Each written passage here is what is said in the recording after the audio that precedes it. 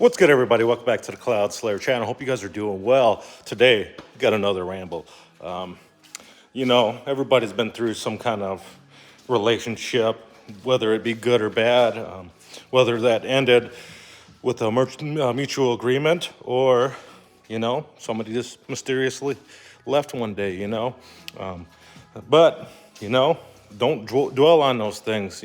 You gotta forgive, remember, and move on, you know, because there's always going to be something more at the other side. You gotta move on from those things. Don't let those things hold you back, because if you or that other person's willing to leave, willing to move on, then it's not going to be worth it to dwell on that thing. To let that thing consume you, to allow that as an excuse to hide into a bottle, to cope with those things, because a lot of people, they use alcohol, drugs, or anything that helps kill the pain, to try to cope with those things, but that's not always right. Yeah, okay, maybe you can go get drunk one day or something if you're of age, obviously, and like the pain hurts and stuff like that.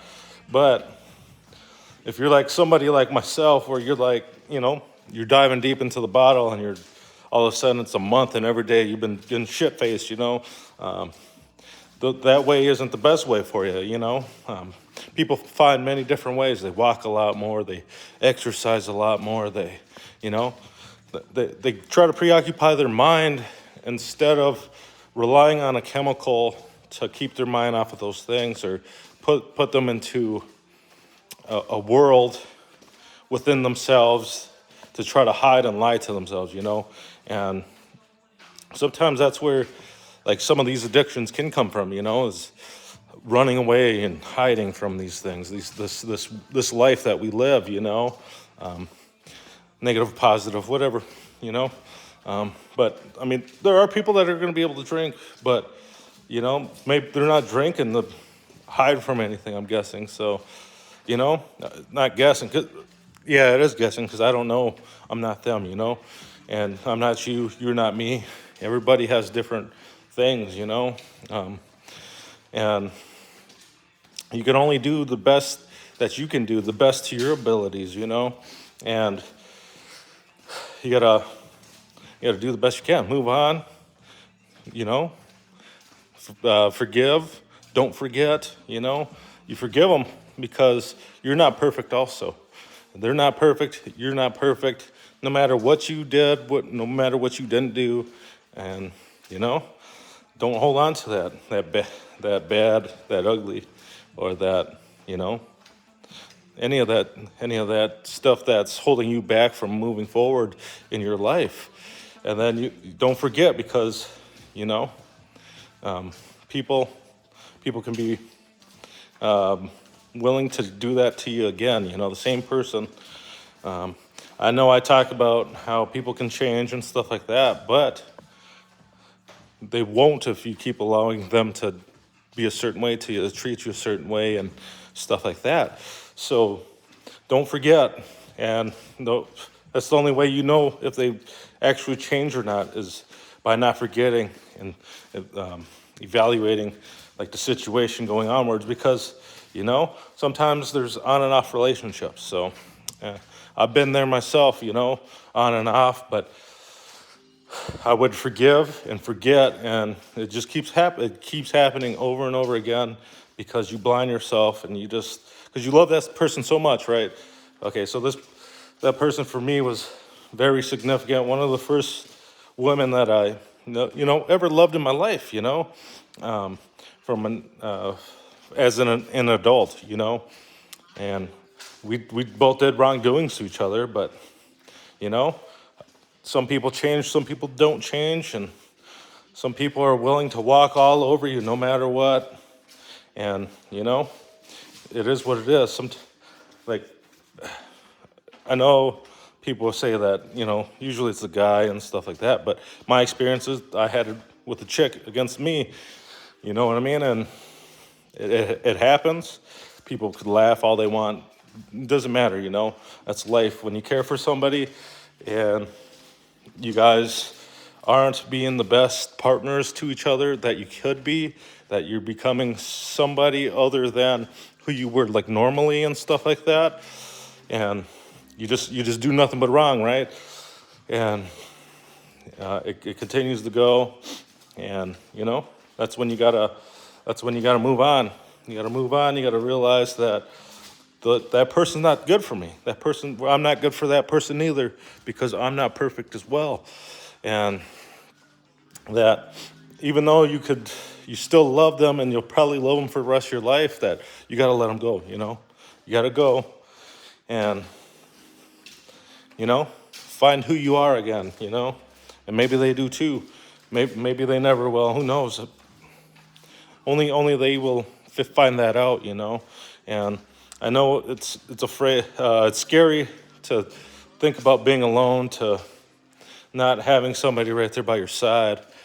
But, you know, it's better than some of those nights where you're alone even though you're with somebody, you know? And it sucks, you know? So, but you got to try to rediscover yourself, pick your head back up, and kick some of those nasty habits that have been holding you back, you know? Your own actions, and you take responsibility for those things, and you got to stop hiding, you know, and move on, you know. What are you going to do next? What's your plan, you know? You're going to go to work. You got to, you know, maybe get a new job. You could relocate. People do stuff like that. People move. If you don't, especially if you don't got kids, you know.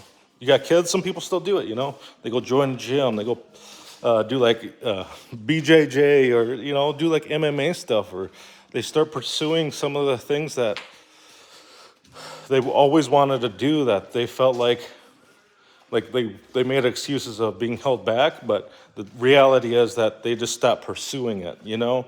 And it doesn't matter who you're with, you can pursue whatever you want, but if you felt like that was a burden, like a relationship was the burden to that, and now you got no excuses, man. You should try to go do it, you know?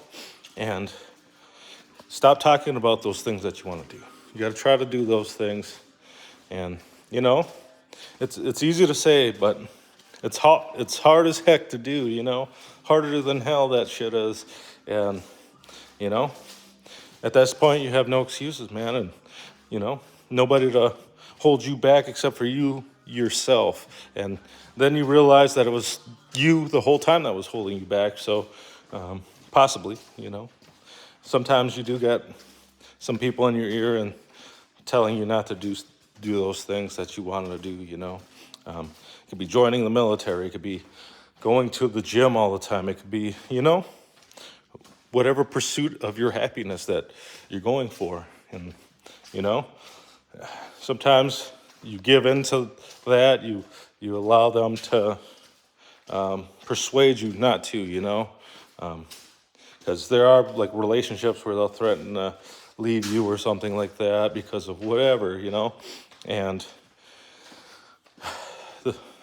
those might not be the healthiest, you know. And I know that at that time that you're with that person, that it seems like that might be the only option, or, you know, you might not find somebody better. You might, I mean, look at it this way, you know. If they're not willing to support you when you're trying to grow, while you're trying to create, while you're trying to, you know, pursue something that makes you happy, do they really care about you? Do they really want you to be happy, you know? If they loved you and they cared for you, they'd be right there with you, like, all right, honey, let's go, let's do this. What do you got to do? What's your plan, you know?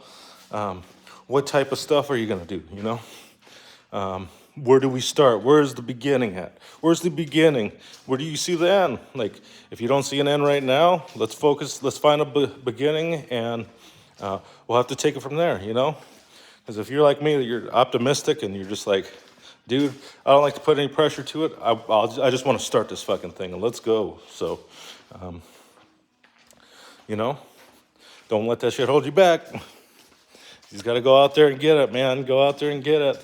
I know many years for myself, you know, holding myself back. I doubt myself. I have that voice in my head telling me I'm nothing, that I sound stupid, that I look stupid, that I can't talk properly, that, this, that, everybody laughs at me behind my back type stuff, my laugh is dumb, But I try to overcome it as best I can, and you got to try not to think as negatively. And that's why I think I'm always walking and I'm always talking and I'm trying to lift weights. I'm lifting weights or beating up a heavy bag or something, And there's so many things that you can do to preoccupy your mind than doing drugs and stuff like that, and drinking and anything like that,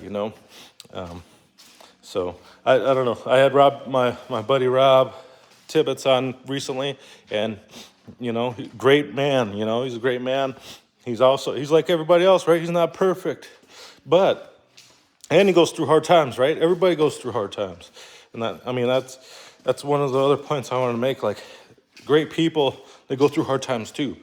And, just because of that doesn't make them any less great, doesn't make them any less of anything, If anything, it makes them even greater because, they're persevering, they're struggling to do these things, and they're fighting, and they're showing you also at the same time not to give up. Don't quit, Keep moving forward. Keep moving forward. Keep trying to go, no matter how hard and how dark it is in your life at that time. And I appreciate those people in my life, And because when I was in my darkest, those people like that spoke to me in my mind, not physically, but in my mind while those things were happening. And sometimes they would come to me in my dreams and stuff like that. So I like to talk about dreams a lot too, because I wasn't totally correct when I said, like with my cousin Tyler about dreams. I was when I said that when you're like really bad on drugs, that you don't dream, because I did have dreams, but it was, I don't know, they were always like bad and stuff like that. But I've always had dreams since I was a little kid, little guy, way before any drug ever entered my body, Well, I'm sure I had Tylenol or something, or I had some pop, some caffeine, but it wasn't like when I became an adult, started drinking, 18 started. Well, I drank before that, but had a couple puffs of the marijuanas and stuff like that. But it's not the same as when you're out there and you're doing these things until you like black out. Just you're trying to forget. You're gone in oblivion. Nobody can save you. You're out there drowning. And stuff like that. But I'd have those messed up dreams, like some dreams that were they were really, really bad. And like dreams of me dying or something like that. But regardless, there's no easy, like, you can't control dreams, right? So it's just, you gotta try to take those messages. Sometimes those dreams can tell you the path that you're going down at that time if you continue to do those things and stuff like that. So if you're having any kind of like significant dreams, I've always been a believer in those things. Like, if it's closely related to anything that's going on in your life, that you probably should try to reevaluate what you're doing and try to go a different path, stuff like that. Other friends, they tell me their dreams about, oh man, I'm gonna die, I'm gonna, cops are arresting me and stuff. It's like, well, what are you doing if I can get arrested, Some of them, selling drugs to get by, They have their own families at home, not even, like, their sisters, like this dude had like his sister, his nephew, and his nephew's baby mama at the time. None of them were working, right? Well, him and his sister was, but because the kid his nephew was her kid, but they weren't, because they were technically supposed to be in high school, but they didn't go to school because they didn't give them any expectations. So a lot of times they were just at home drinking, drugging, And this particular individual, they were like kind of gang related around there. Like that's all they cared about was trying to be tough guys on the block. And always talking about the biggest knife that they got, and they were gonna shank some dude in the neck or some shit like that. You know what I mean? And you're like, that's kind of fucked up. Like what kind of shit you teaching your nephew? You know what I mean? So. It, I'm not too much to judge on those things because at that time I didn't have a nephew, but I knew I probably wasn't gonna teach him that stuff. That gang violence is it's good. I didn't think this dude was like that until I seen that. But when you see those things, you gotta separate it and stuff like that. You gotta separate yourself from those situations too, but because that's not the type of people you want to be around that is willing to bring their family down, because it was sad. To me, it was sad because this kid, he wasn't a bad guy. He was just he was a product of his situation, he was being told it was okay to do drugs and drink alcohol and stuff like that. I believe he was like 16, so, and the girl turned out to be like my distant relative, so which was kind of weird, and I felt even more bad for him. But you don't feel more bad because they're not. To them, they have a pretty good situation, right? They're living life. They do the best they can with what they have, and stuff like that. So to them, it was a pretty good life, man. Like I said, I felt more bad though. Because they couldn't even write. Like, they couldn't even write their own names. It's weird. The year was about 2011, 2012. I'm like 18, about 19 years old. 1920 almost. 1920, because I was almost legal age to drink. And he was one of the guys that would get booze for me, right? But he was, I was over there. I'm like, I've never seen anybody this age unable to write.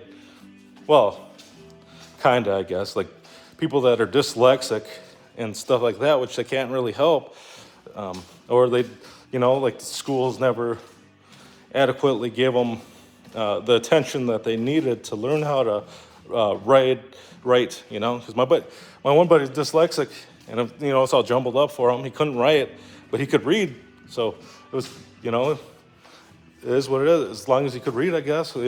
These guys I don't even think could read. It was like, holy crap. But I had seen a few years later that was starting to write, and was going through jail and learned how to write through there. And, like, I don't want to say jail is like a total bad thing, because it can be good for some people, because they can learn some stuff in there. There's a lot of like jailhouse lawyers and stuff like that. People in prison where they get access to certain things and they start to educate themselves and realize that they probably should have done that at a younger age and, applied themselves to those things when they had access to it. And Rob, he even said that he tries to tell these kids that, and going on, that a diploma is worth $1 million, because it really is. Because it can be the difference between getting an entry-level job and not getting one, or something like that. You might even be a harder worker than those people, but if you don't have that diploma, they look a little bit more down on you, stuff like that.